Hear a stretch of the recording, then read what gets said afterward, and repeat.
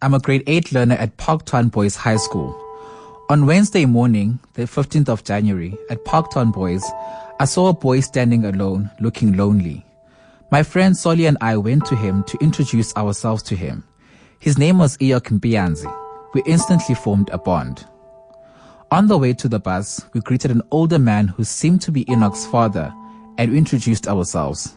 There was no roll call done before we had stepped on the bus, and none was done before the first activity at Nyate River and Bush Lodge. We next had lunch.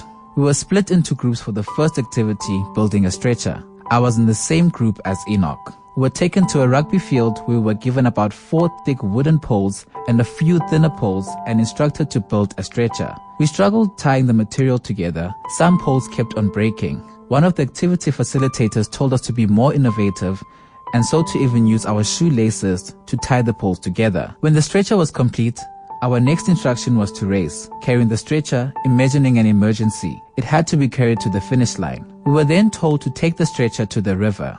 There were no Parktown Boys High School teachers at the river, only us grade 8 boys, the school prefects, and the camp facilitators. The facilitators and prefects asked who could and could not swim, and those of us who said were able to swim were instructed to handle the river task. Enoch identified himself as able to swim. No life vests were issued to any of us. None of us wore life vests. The school also had not asked us to bring any life vests to the camp. When we got to Crocodile River, we were told to get into the water and get ready to sail. Someone in the group was identified as the injured person for the purpose of the exercise and had to be sailed down the river through the water on the stretcher we had made to a point along the river that was identified as Point B. We fitted a black rubber donut-like swimming tube under the stretcher. Again, no safety vests were provided to us. The river tides were strong. In less than 2 minutes in the water, the stretcher capsized. It came loose and we all scrapped for things to hang on to. Some of us held onto the rubber tube as it had become loose. Some of us used one arm to hang onto the rubber tube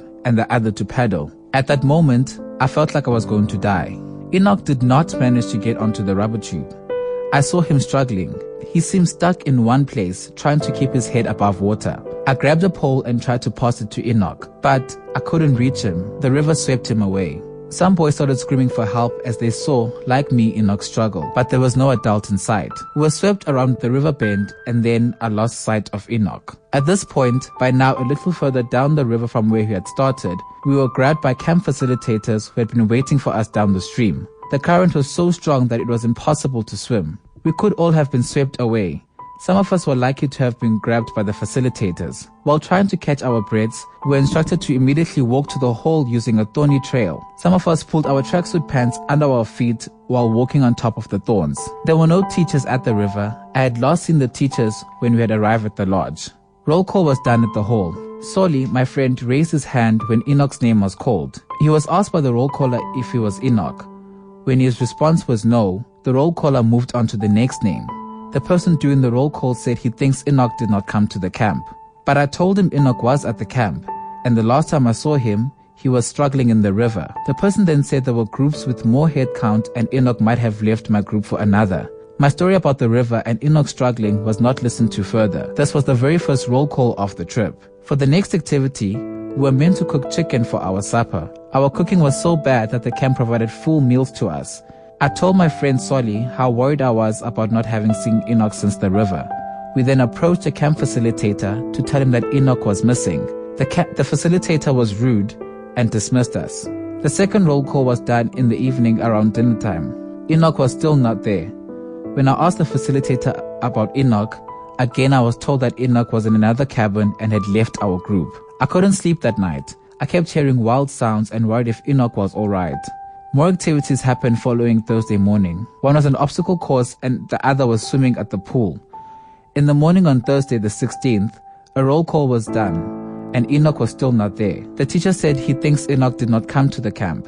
Sule and I went to the teacher and told him that Enoch had definitely come to the camp and that the last time we saw him was at the river. It was after this that a search for Enoch started. I then saw one facilitator go to the river with a life jacket to look for Enoch. The camp activities continued, even though Enoch was missing. After lunch, there was another roll call at the hall. Activities continued, including a trust fall, a plate activity, and a talk by Coach Luke. We then went to the pool. I came back, took a shower, and went to dinner.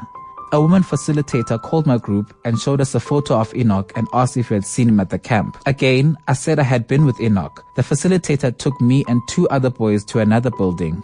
At this building, I was called to be interviewed by the police. Later on Friday, with the other boys, I boarded a bus back to Johannesburg. Before we left the lodge, the headmaster addressed us and emphasized that we must not speak to anyone. Later that day, I heard the news that my new friend was no longer alive. For more, go to ewn.co.za.